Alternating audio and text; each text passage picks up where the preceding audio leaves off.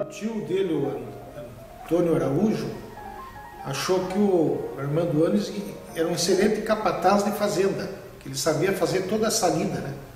De marcar os bois, do laçar, domar, cavalo chucro, ele estava apto nisso aí.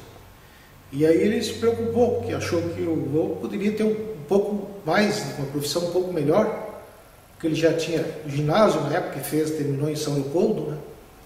Achou que então resolveu daí ir para Porto Alegre, por motivos particulares deles, né? E falou com o Gervásio Annes que ele ia levar o vô junto, que ele assumisse a fazendola ali, porque o futuro do vô ia ser só capataz, outra coisa ele não ia saber fazer. E daí foram para Porto Alegre e botaram uma loja que chamava na época Secos e Molhados. Eram 3 sócios, um dos sócios era o vô, e o vô era o caixa da loja. E daí ele começou a trabalhar com o tio, a loja prosperou e ele começou a frequentar daí a sociedade em Porto Alegre, o Clube do Comércio, né? Ele, quer dizer que a vida dele aí mudou de um lado, virou de um lado para outro, né? Começou a se arrumar bem, daí a fazenda acabou, né? E daí ele começou a se preparar para fazer uma viagem para a Europa. Aí que ele estudou inglês, começou a estudar francês lá, se preparar para depois fazer essa grande viagem para a Europa, como acabou fazendo. Economizou, ficou economizando dinheiro, também vendeu a parte dele na loja, conhece todo o recurso que deu para ele. Foi planejada essa viagem, então ele ficou acho que uns 5, 6 anos fazendo essa economia, estudando, para poder ir para fazer a viagem para a Europa. Até ele contava um episódio muito interessante que eles foram em Porto Alegre, a alta sociedade na época, foram ver um torneio de laço, que era uma coisa desconhecida lá.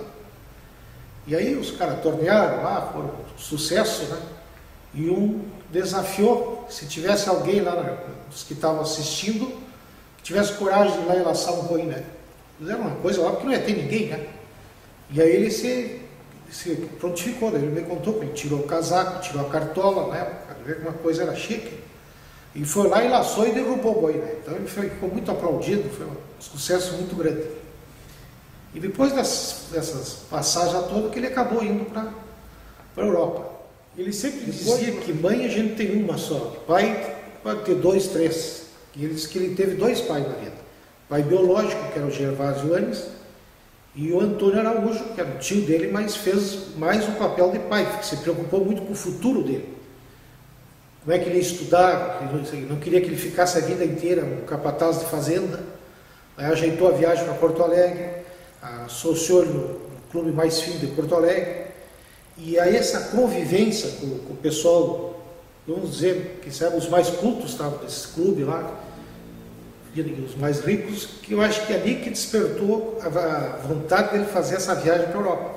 Porque um dos assuntos devia ser viagens, né? Porque às vezes nós conversávamos sobre a viagem que ele fez para a Europa, e ele sempre me dizia, comentava que o vapor jogava muito, que demorou quase um mês para chegar na Europa. E eu não entendia, ficava pensando, por que o vô não chama de navio, né? O vapor deve ser um termo ultrapassado, né? Aí um dia me explicaram por que o vapor. Porque o navio naquela época era movido a lenha, era tipo as máquinas de trem, as Maria Fumaça que chamam, que elas faziam vapor para tocar, não é que nem as diesel hoje, né? E hoje os navios também são tudo máquinas enormes, motores a diesel. E na época também era um procedimento parecido com o do trem. Por isso que tinha que levar a lenha, né? E era chamado vapor por razão disso aí. Daí ele chegou na Europa, eu sei que o maior tempo que ele ficou foi na França, e ele gostou muito da Europa, ele percorreu toda a Europa lá, e os países lá, mas ele morou mais na França, que ele dizia. E aí despertou muita vontade dele morar definitivo, né? Daí ele veio embora para Passo Fundo, para vender o patrimônio que ele tinha, o resto que ele tinha aqui, para ir morar em Paris e botar um negócio para viver lá. Essa era a ideia dele. Mas aí ele foi impedido, teve que mudar os seus planos porque saiu a Primeira Grande Guerra.